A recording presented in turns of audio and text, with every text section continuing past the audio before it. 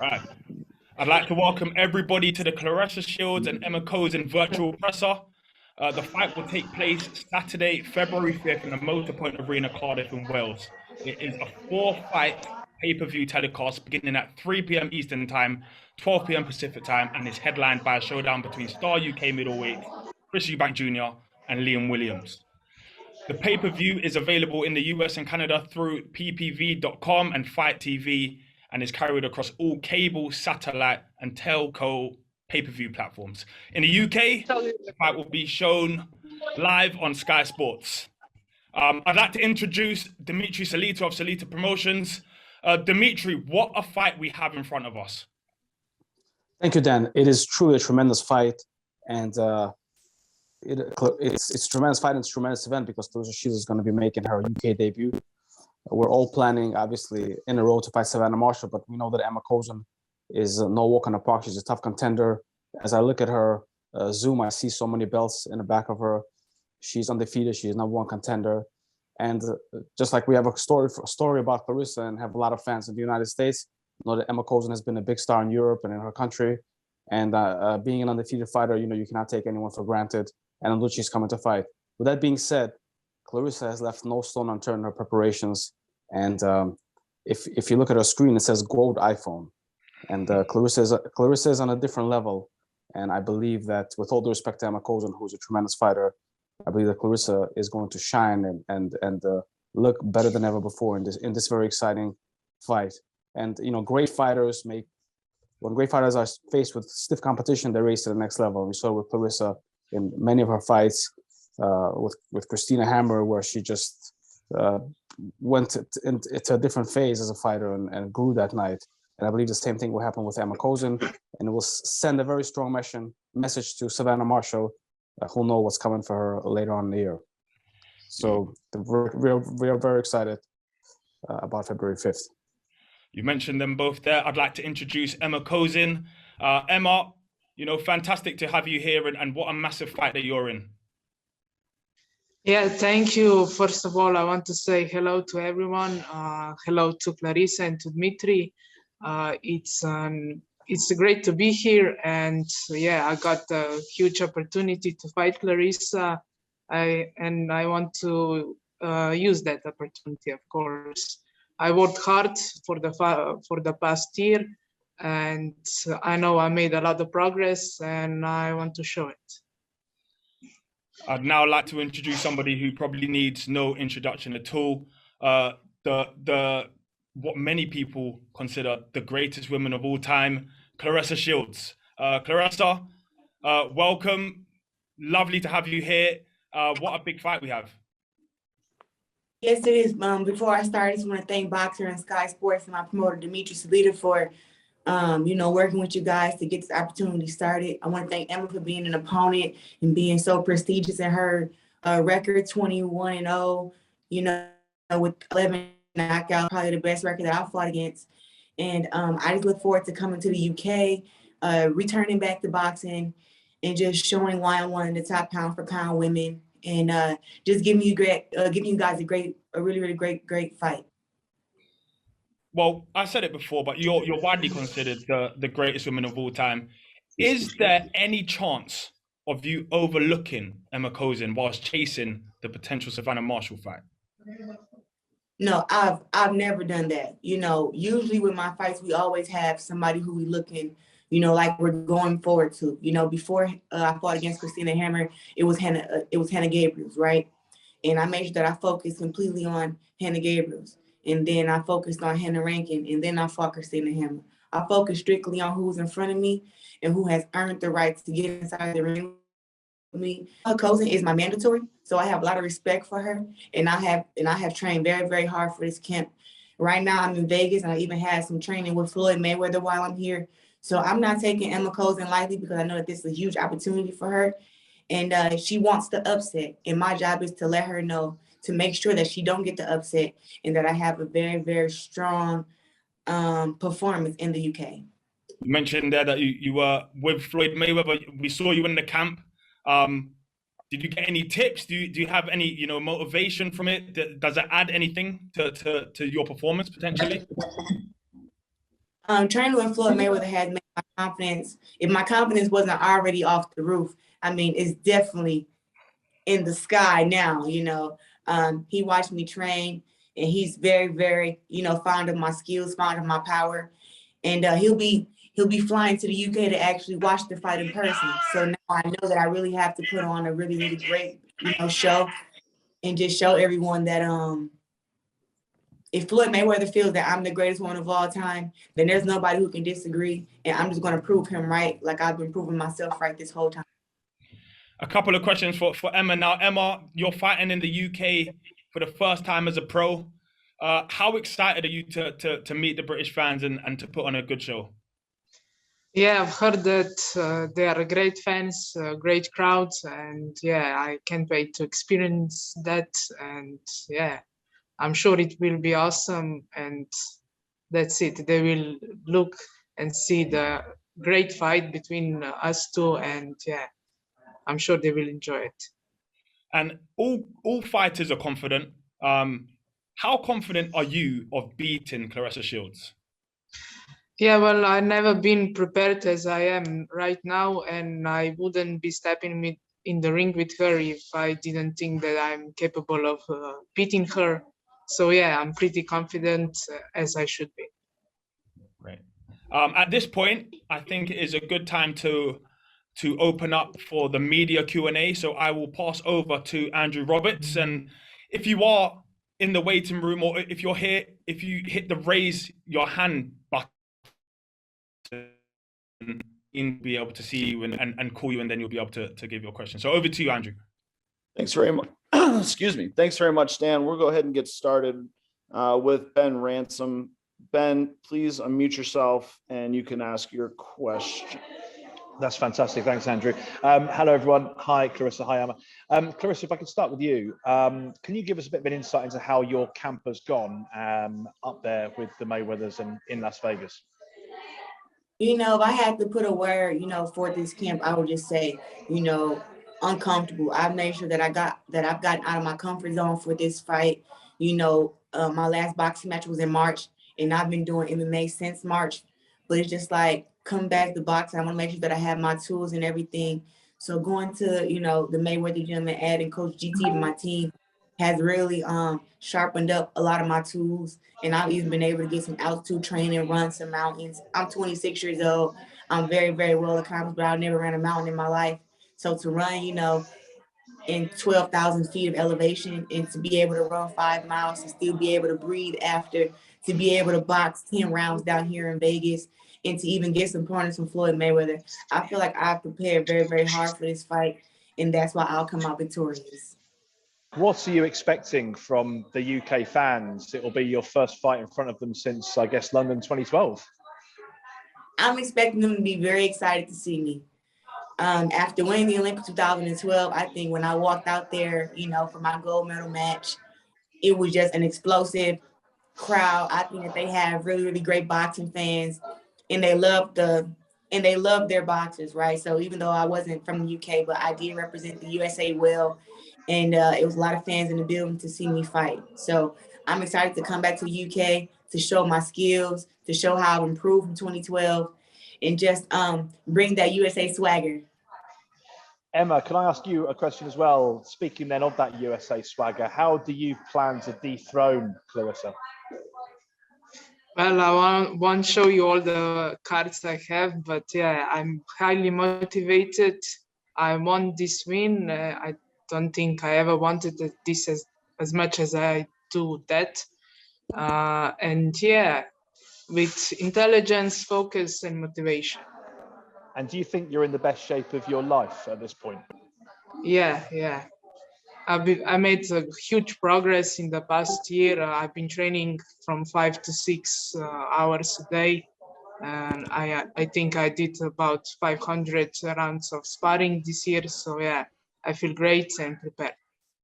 Well, we can't wait to have you both over. Clarissa, just one final one to you before I hand on. I just want to ask you, we've spoken a lot about your rivalries, not least Savannah Marshall, of course, but also Jake Paul. I just wonder, when it comes to rivalries, what do you get out of them as a fighter, and do they spur you on in any way? I mean, we all have our different reasons on how we get motivated. I just really won't smoke with anybody who won't smoke with me. You know, I just don't turn down. You know, people talking trash to me. I'm like, the best way to get something handled is to get inside the ring and take care of it. To me, like that's how I make peace. So when people talk trash to me, I talk trash back, and hopefully that leads to us getting inside the ring and, you know, taking care of business and seeing who's the baddest. So, you know, rivalries, you know, are entertaining, but I mean business. So any girl who talk trash to me, I talk trash back. I would love to get inside the ring with her and shut all of them up. Anybody that talk trash to me, I want to punch them in the face. Can't wait to see you soon. Thanks, Clarissa. Thanks, Emma. I do want to Right. add to that. Um, you know, Jake Paul is trying to be an American boxing superstar, and Clarissa Shields is a two-time Olympic gold medalist. And all that she has done for women's boxing, Jake Paul, as a gentleman, and you know, I know that in the UK, you guys, maybe the origins of chivalry and being an honorable person, he has to have respect for Clarissa Shields' accomplishments inside the ring as a professional, as an amateur, her background, where she came from, and what she's been through to get to this level and to raise the sport of boxing. And I truly believe, you know, Serrano and all the other great champions are at this level and getting paid more and getting the exposure they need because of Clarissa's initial success. And so Jake should be supportive of Clarissa. And, you know, if you don't have anything good to say, just don't say it. Agreed. All right, thanks, Dimitri. Next up, we'll have Cynthia Conti. Cynthia, please unmute yourself and you can ask your question. You there, Cynthia? Can you guys hear me? Yep. Hey, this message or this question is for Clarissa. It's funny when from Ring TV.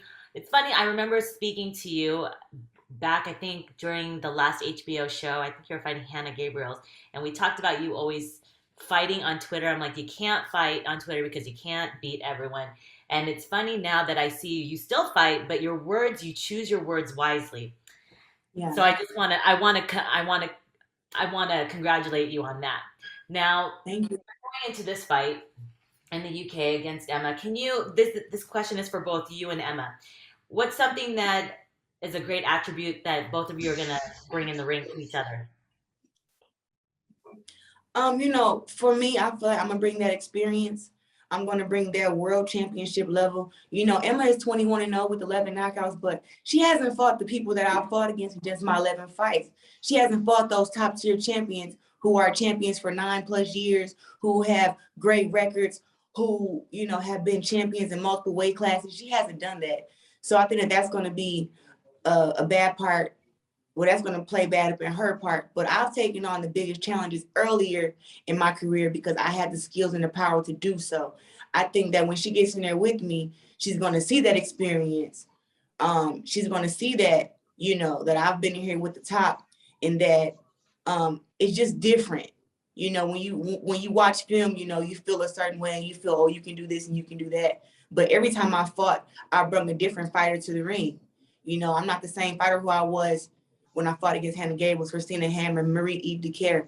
You know, I always make sure that I improve my performances and perform the way that I want to. So I think that she's going to have to, you know, deal with a lot of different styles from me, and also deal with the new power and the new speed that I have. And she's going to see why I'm the greatest woman of all time. And Emma, what do you think when you step in the ring with Clarissa? What do you think she's going to bring? Well, yeah, as she said, she's a great fighter. Of course, she fought a lot of great champions, but you don't need a lot of fights or even high-level fights to be experienced. I did a lot of that in training. I have a great team behind me, and I know I did great. She doesn't know me as she thinks she does. I also have some different styles. I can change them from round to round. Doesn't matter to me, and I know if I have that focus, which I have like for the past year, that I can beat anyone, even her. And Clarissa, we all know. Clarissa, we all know that you have made the move into MMA. Coming back into boxing after your first professional MMA loss, what kind of what newfound love have you found for boxing when you came back? Did you see it a little bit differently? No, MMA, I did that for myself. I did that because the women in boxing can't challenge me. I wanted to challenge myself, so I went to MMA. I'm not going to say, oh, the split decision loss to MMA made me come back to boxing.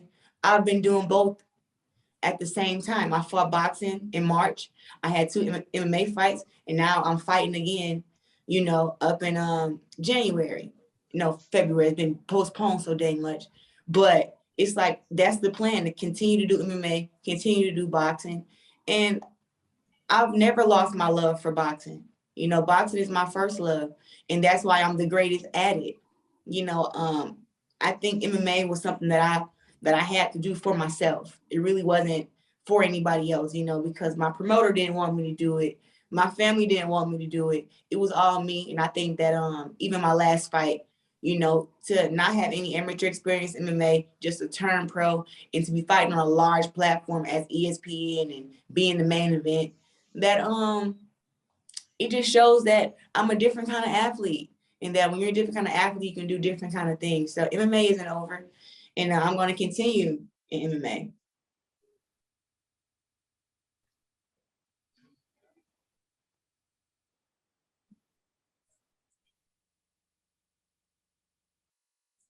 I don't know what happened. Andrew? I think we're just waiting for Andrew. Oh, apologies, I was muted. Sorry. Thank you, Cynthia. Our next questions will come from Donna Corby. Donna, you can unmute yourself and ask your question. Hey there. My first question is for Claressa. Of course, there was a big story a couple of weeks ago. I guess Dimitri could answer this too, I suppose, about these emails that were leaked with regards to Jake Paul. How much did you know about that before the story broke? Listen, this, hold on, Dimitri, before you start. This ain't about Jake Paul. This is about Clarissa Shields and Emma Kozin. So as it was said, I don't email about this stuff. I have a manager, I have a promoter. Their job is to make opportunities for me. What you need to know is I was supposed to be on a Mike Tyson and Roy Jones undercard, not ever under what the fuck? Quit calling me. Oh, sorry. Not ever under Jake Paul. So let's get that clear. I don't know what the email said, and I really don't care, but we're not going to talk about that and give him the shine of this press conference. This is about me. This is about Emma. This is about world title. This is about elite boxers. So I'm just going to leave that there. And Dimitri, you don't even have to speak on it. Managers do their job. Promoters do their job. Fighters train and get ready for fights. That's what we do. Can I ask you about elite boxers then, and 2 others in the division, or in not in your division, but as a few weight classes below? Who do you believe will win in this Amanda Serrano and Katie Taylor fight? Oh man, it's such a great fight. You have a 7-time division world champion, Amanda Serrano, versus 2-time division world champion, undisputed Katie Taylor, an Olympic gold medalist, right? I think it's one of the biggest women's boxing matches because of their accomplishments. People ask me, is me and Savannah Marshall fight, bigger than Katie Taylor versus Amanda Serrano? And I just don't think it is. People can disagree, but I feel like all their accomplishments mesh together. It'd be a great fight. And I think Amanda Serrano will win the fight by a split decision. Thank you very much for your time. Yep. All right. Thanks, Donna. Next up, we'll have questions from Jim Conlon. Jim, please unmute yourself and you can ask your question. Hi, Clarissa. Great speaking to you again there in terms of your upcoming career. Clarissa, in terms of the upcoming challenges now coming back to boxing again, what are the main accomplishments that you want to sort of achieve now in the next year or so? Because you mentioned you want to move away for MMA to prove yourself. Coming back to boxing, what's the next step for Clarissa Shields? Well, first step is February 5th, Emma Kozin. After that, hoping to get inside the ring with Savannah Marshall next. I fight February 5th. She fights sometime after that. I win, she win, we fight, right? So that's the plan right now. And then after that, I do have some business to handle in MMA. So I'm going to get back to MMA training and just keep improving there. In 2023, boxing may not see me in 2023 because I'm going to be spending time getting ready for the PFL for the PFL league, where I'll be able to compete for $1 million. And just Clarissa, just back on the possibility of you fighting Savannah Mitchell, and obviously Katie Taylor versus Amanda Serrano. Do you think maybe boxing in this current era, in this current decade now, is really at the prominence of female boxing, that it can equal sort of the male equivalents of your Tyson Fury, your Anthony Joshua's, your Deontay Wilders, that these are the big fights that everyone wants to see, and the top women are now getting it on with each other?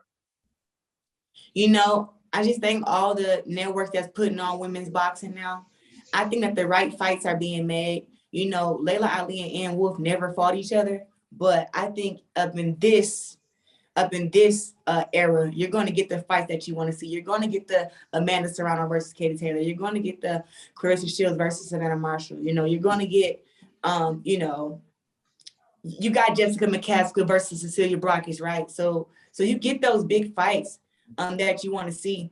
And I'm just happy that I got girls that's coming up, because you only know like maybe like the top 10 of us now, but there are girls that's coming up who are great too. And they're going to make a lot of noise, and it's going to be, you know, younger fighters coming up who are going to challenge the older fighters, you know, and I'm becoming an older fighter now, like as I'm 26 and I'll be 27 next month.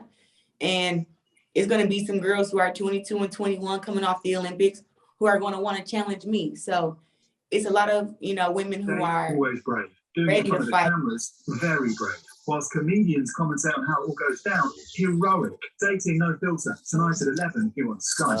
Let's try and What keep is that? our things on mute. Please. Who?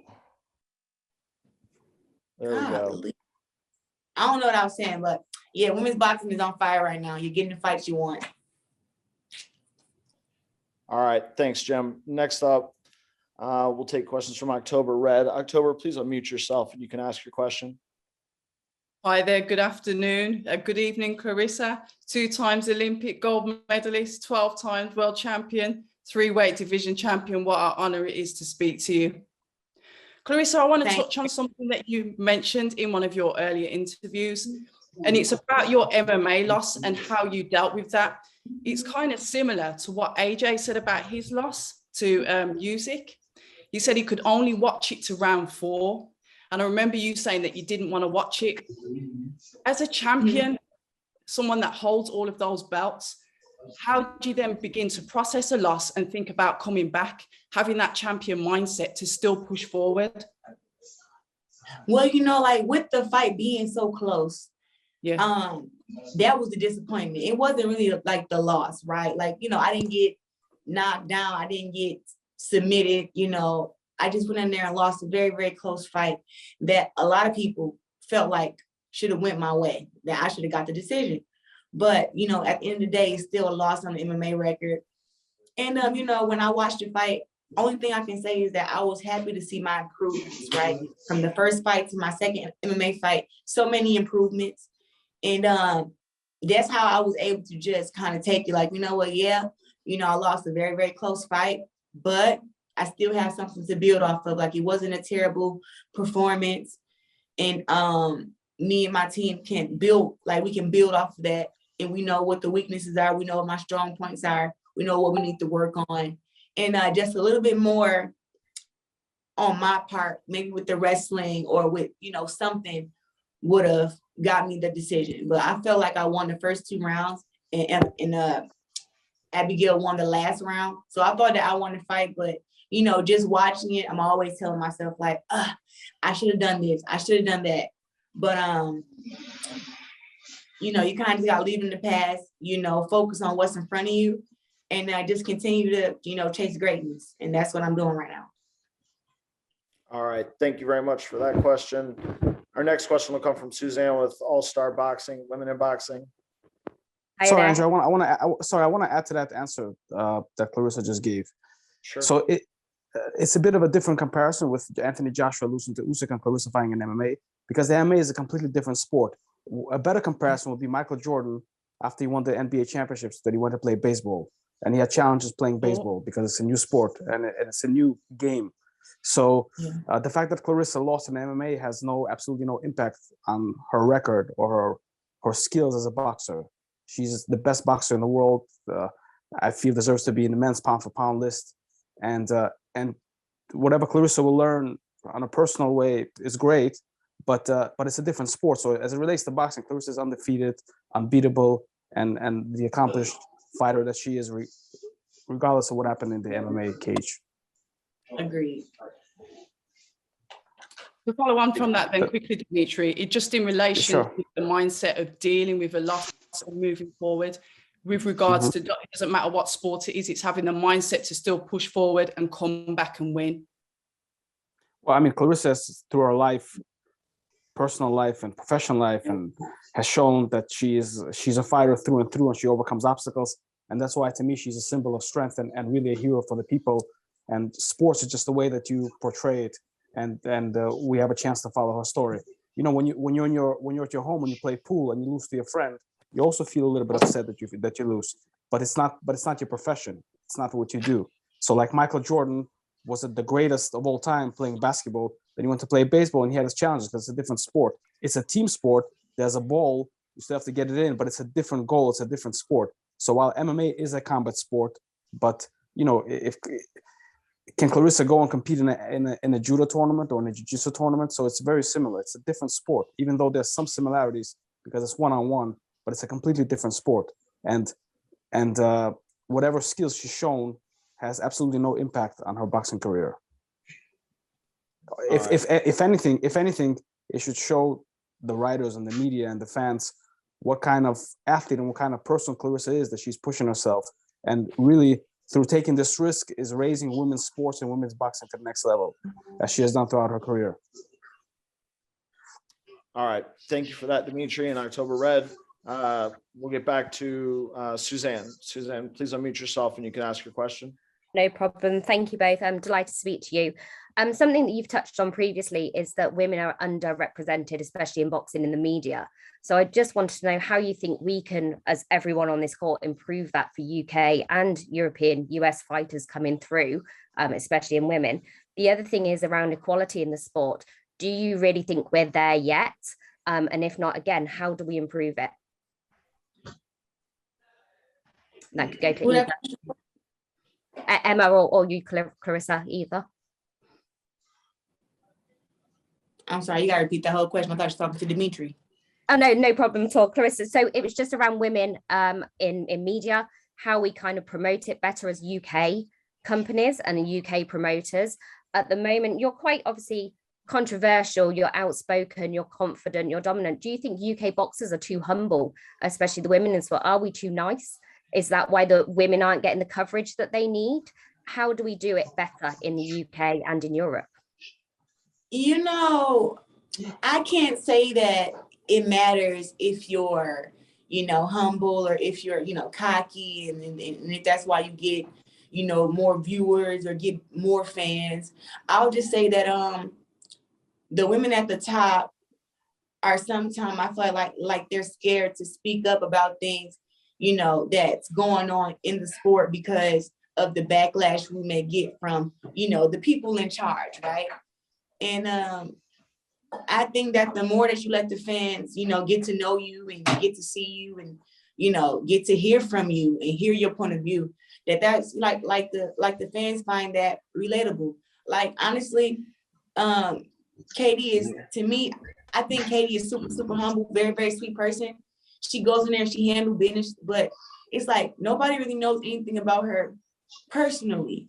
And I think that that's something that could build women's boxing, just to hear her point of view, hear her thoughts, about the 3-minute rounds, or if we should go 12 rounds, 2 minutes, or 12 rounds, 3 minutes, or 3 minutes for 10 rounds, stuff of that nature. But I don't think that all the women in the UK are, soft-spoken. I mean, we see Savannah Marshall speaking out more. Emma Kozin speaks out. Myself, Amanda Serrano has always speak about the inequalities of women's boxing. Myself, just even though I was getting paid the most up at one point, I was still, trying to make sure that I brought other women to the top with me to where they can get a payday and where they can be known. But, I think that us is, when we have to know that we just got to be voices in every room, and we got to support each other. A lot of women are, hating on the other, even if they're not in their same weight class. And I think that that's part of the problem too. But I have some great supporters, some great fans, and the media really, likes to talk to me. So I've just been building a few things, and adding a thing or two up on YouTube. Like with my YouTube channel, I have 26K followers, just trying to like build that, continuously build my fan base, do things that's different, and let the fans know that they can get to know me. Like they can ask me questions, they can DM me, and kind of being like interactive on social media. Like that's a big thing right now. But it doesn't matter whether you're cocky or humble. People are going to watch you because they want to watch you. People watch me because they don't like me, because they do like me, because I'm the greatest woman of all time and they think I'm not. Like, people are going to watch if you have great skills. So I think the right fights are being made, and that women's boxing is definitely growing right now. All right. Thank you, Suzanne. Our next question come from Kat Lucas. We have time for just a couple more here, Kat. So one question, please. Hi, Clarissa. Hi, Emma. Hope you're both well. Just following on from what Suzanne said there, Clarissa, you've been speaking about what an exciting time it is for women's boxing in particular. And you've spoken a lot in the past about equal pay as well. I don't know what you can say about this fight in particular, but do you hope that fighting on a card of this magnitude in the UK will help with that cause?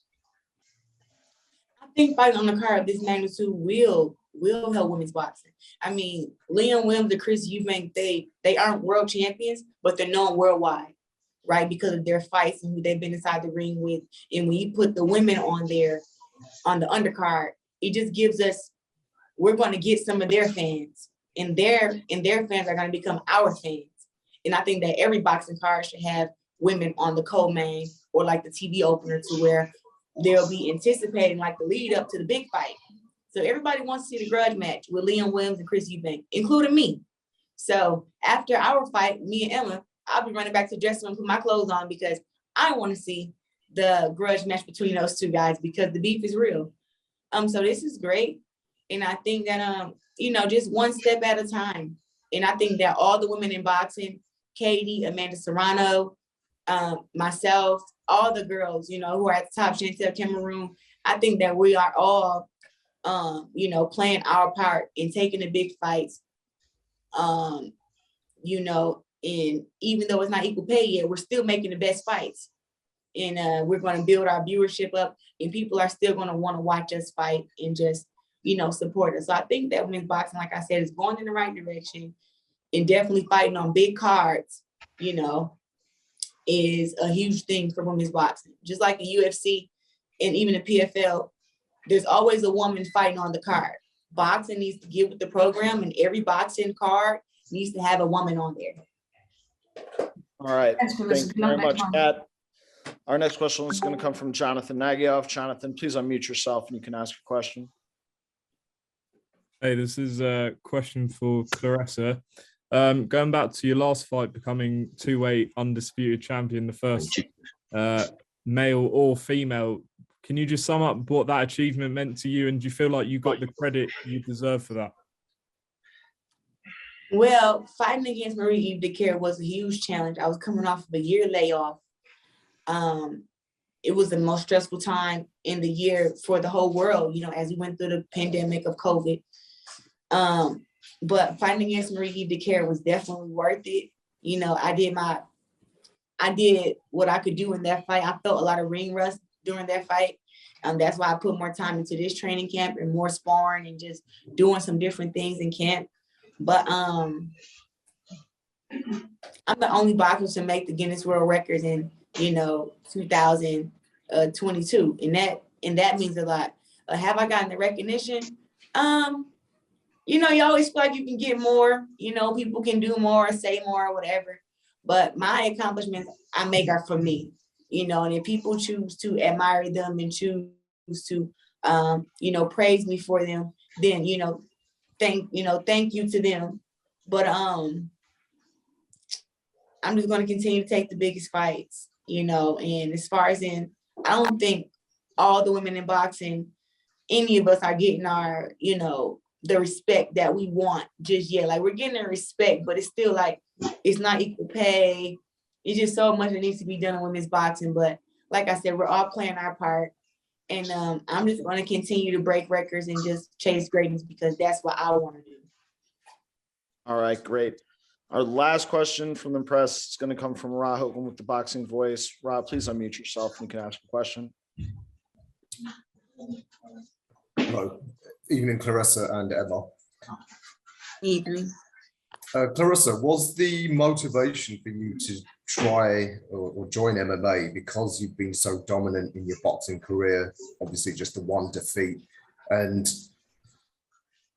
will you now be looking to do even more, say maybe look to become a multiple weight champion, sort of even more than the 3 you've already done? Like, I think we mentioned possibly moving down to welterweight before it's too difficult, and then maybe move up again, maybe as high as light heavyweight. Are those things you've possibly got in mind?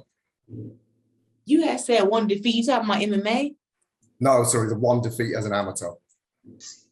Yeah, see, the amateur stuff don't count because Savannah Marshall lost 20 times in amateurs, and we don't talk about the girls that beat her. So I'm undefeated. I'm an undefeated world champion. So that's first.